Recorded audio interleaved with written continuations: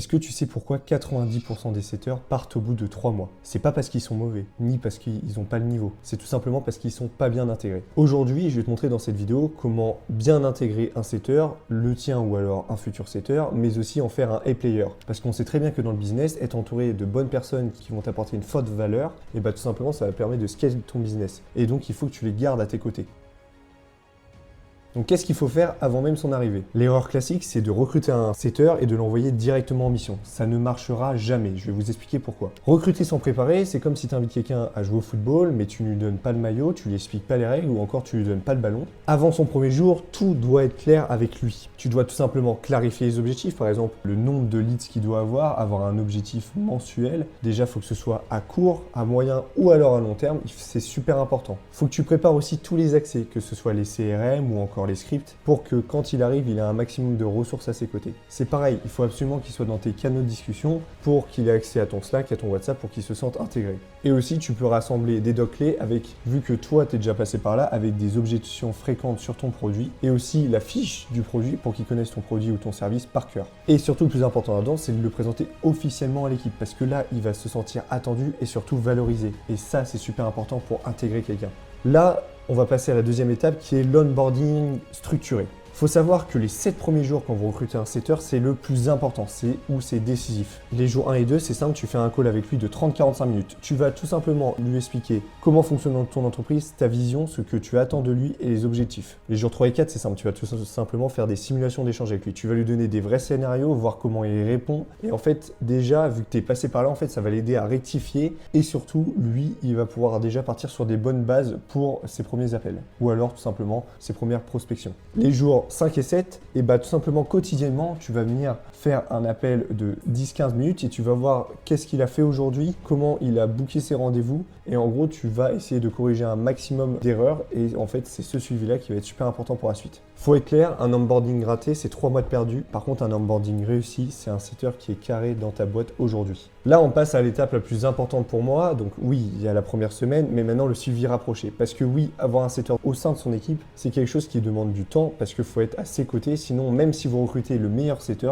ça ne pourra pas fonctionner. L'intégration ne s'arrête pas au premier call, pendant les 4 premières semaines, tu dois rester collé à lui. Vraiment, c'est super important. Je vais t'expliquer comment. Tous les jours, quotidiennement, alors sauf le samedi et dimanche par exemple s'il va voir les PME, TPE en France, mais tous les jours, du lundi au vendredi, tu dois faire un call avec lui de 10-15 minutes pour savoir son avancée et surtout lui montrer que toi, tu attends des résultats, ça va lui mettre une bonne pression entre guillemets, mais surtout, lui, il va compléter son CRM et tu vas pouvoir voir ce qu'il a fait. Et ça va l'aider à l'améliorer, tu peux lui faire des retours. Dans ce rendez-vous quotidien, soit il te présente directement son rapport, soit il te l'envoie plus tard et donc tu peux voir le rapport quotidien de ce qu'il a fait, le nombre d'appels, le nombre de messages, le nombre de calls que ça a booké. Et là aussi un call hebdomadaire à la fin de la semaine où en gros tu vois ce qu'il a fait, tu mets en avant ses chiffres, tu mets en avant ses objectifs et tu mets en avant ses réussites. C'est super important de valoriser aussi quelqu'un quand il fait du bon boulot, ça va le pousser à faire mieux et ça c'est super important. Et enfin, faut avoir des feedbacks instantanés, faut que vous soyez là pour lui. Un bon manager, ça corrige le jour même, ça corrige pas 3 jours après. Il a besoin d'être au début,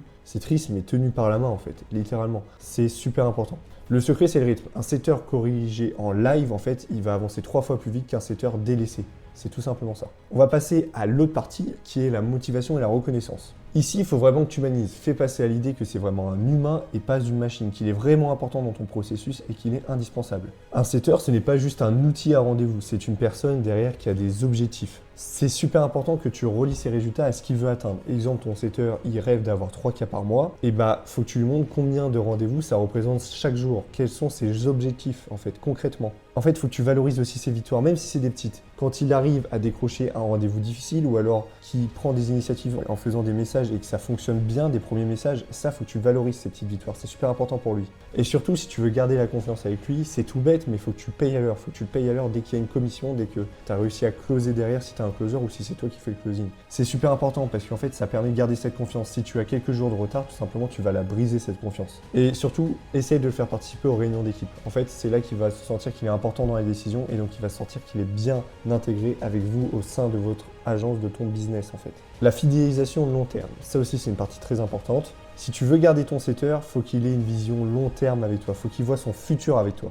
Tu peux lui donner tout simplement un plan d'évolution où tu vas le faire passer de setter à closer et ensuite à team leader où il va gérer les setters qui vont rentrer quand ta boîte elle va grossir de plus en plus. Tu peux lui proposer aussi des formations sur le copywriting ou autre. Ça aussi, c'est une possibilité. Là, ce qui est intéressant, c'est aussi au nombre de deals qui sont closés pour lui. Tu peux mettre en place en fait tout simplement des bonus à la performance en fonction des deals qu'il close ou qu'il met dans ton agenda et que toi tu closes. C'est super important pour lui. Et surtout, il faut que tu montres que ce qu'il fait lui, c'est directement lié à la croissance de ton projet. Sa réussite, c'est directement lié à toi, à la croissance de ta boîte. Quand tout simplement ton setter voit que c'est un pilier pour ta boîte pour du long terme, tu n'as plus besoin de recruter un setter tous les 3 mois. On va aussi parler des erreurs bêtes à pas faire et qui sont souvent fatales pour ton business. Voilà ce qui tue un setter à coup sûr. On l'a vu chez certains de nos clients. Maintenant, on les accompagne beaucoup plus sur cette partie-là parce que c'est quelque chose de super important. Le laisser sans feedback, le laisser perdu. C'est comme si vous laissez quelqu'un sans boussole dans une forêt qu'il ne connaît pas ou sans carte. C'est impossible. Retarder un paiement, je reviens dessus, mais briser la confiance avec un setter,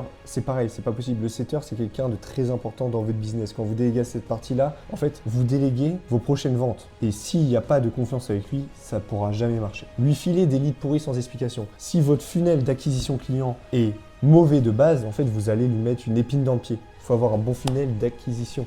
C'est pas possible, sinon faut l'aider un maximum déjà. Être uniquement orienté résultat avant l'humain. Faut pas oublier que votre setter c'est un humain et que au début il va sûrement galérer parce qu'il n'est pas au sein de votre entreprise comme vous depuis plusieurs mois, plusieurs années. Et donc c'est pour ça qu'il faut l'accompagner comme je vous dis depuis le début dans cette vidéo. C'est simple, si tu mets ces erreurs malheureusement en place dans ton entreprise, tout simplement tu vas devoir recommencer le recrutement et à chaque fois tu vas penser que c'est le setter qui est mauvais. À chaque fois tu vas recruter, tu vas dire le setter n'est pas bon, il faut que je change. Or en fait c'est ton onboarding derrière. Aujourd'hui chez Alchemy c'est ce qu'on fait. En fait nous, hormis le recrutement d'un player, d'un très bon setter, on vient tout simplement te faire l'onboarding, te l'intégrer. Ce qui est le plus compliqué dans le recrutement, surtout avec ces métiers qui sont commerciaux, c'est le plus compliqué, le setter et closer. Donc aujourd'hui, Alchemy, on te le fait. Tu as tout simplement le lien dans la bio pour aller prendre un appel avec nous. On te fait un audit stratégique, on te dit si tu as besoin du recrutement maintenant, tout de suite, et si tu as besoin, on voit comment on peut t'aider et partir ensemble.